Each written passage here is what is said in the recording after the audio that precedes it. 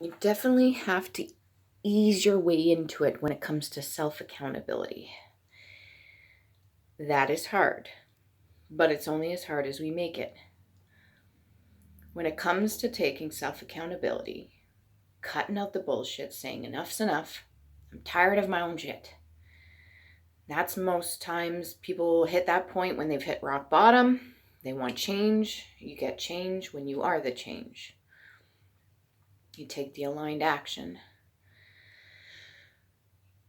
Self accountability, I think, personally, in my experience, I believe it was the catapult I needed in order to do more of my healing, and especially with my traumas and things like that. When I realized my everyday life, everything I did, the way I thought, the way I acted, how I interacted with other people, my emotional responses, all stems from the triggers. If you take your triggers, you look all the way back where they're coming from. More than likely, you will find, as I did, um, when something happens and you're triggered, you ask yourself, well, why am I triggered? Why does that bug me? Then you get your answer. If you're not bullshitting yourself, you get your answer. And okay, well, this is why it's bugging me. Okay, well, why is that? Well, because this is a sort of thing like I had to deal with in the past or something like that. And that's why it's bugging me. Okay, well, why is that? Where's that coming from? And if you trace it all the way back, you get to the root of the issue. The real reason we do act, say, think the way we do. It usually stems from a trauma. So I don't know about you, but I personally believe that once you get past your barriers, then healing is going to be a lot easier. One of my biggest barriers was self accountability, which a lot of people find hard to do because that means we're responsible for our own actions and our own words and the things that we do.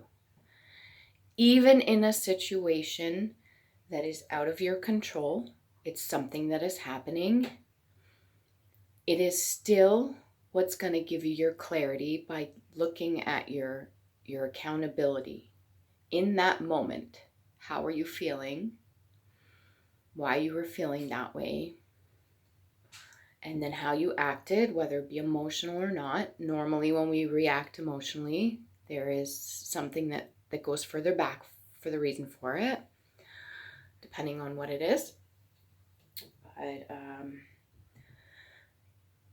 I believe it's very important for people to take a look at the internal self and why we do the things we do, even when it comes to our traumas, to get the clarity, to get your closure, which nobody can give you but yourself, in my opinion.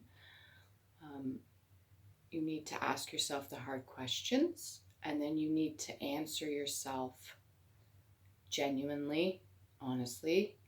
And depending on how old you are at the time, it's going to resonate with that energy at that time and who you were at that time. And the answer that you get is going to give you the clarity, that you are looking for to find the resolution or the solution to the issue you're currently having. So, it is not always easy.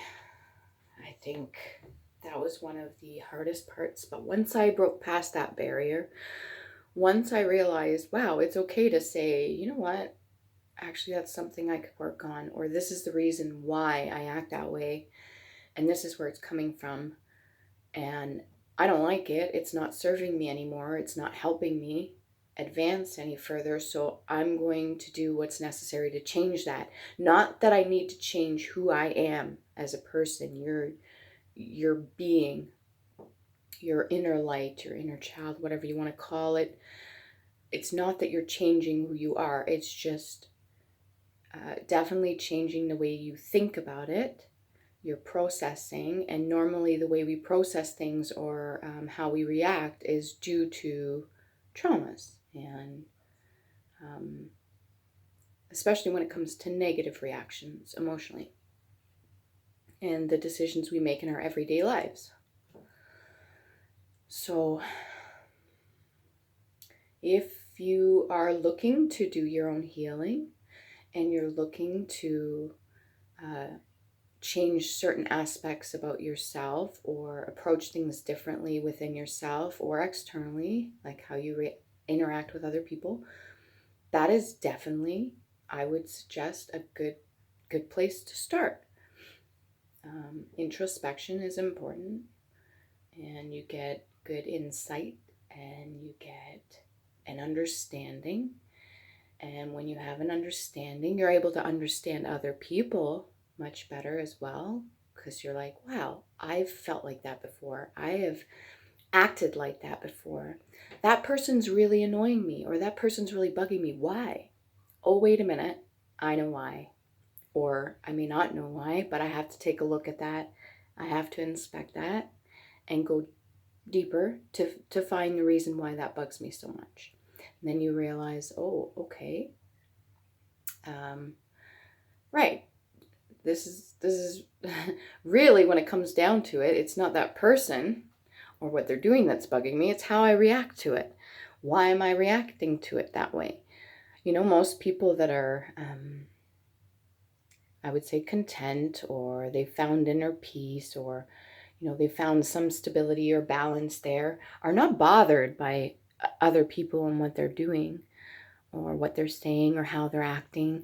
It doesn't bother them because they're able to understand it, and then they no longer are going to be, there's no need to judge a person. You're just like, oh, internally you realize, oh, okay, I understand why that person's doing that, or I understand why they said that, and I don't need to react emotionally to it because it doesn't trigger me. It doesn't bother me. So I'm just going to go about doing what I'm doing. There's nothing wrong with that person. It's just like they'll, I'm sure, come to realize it on their own.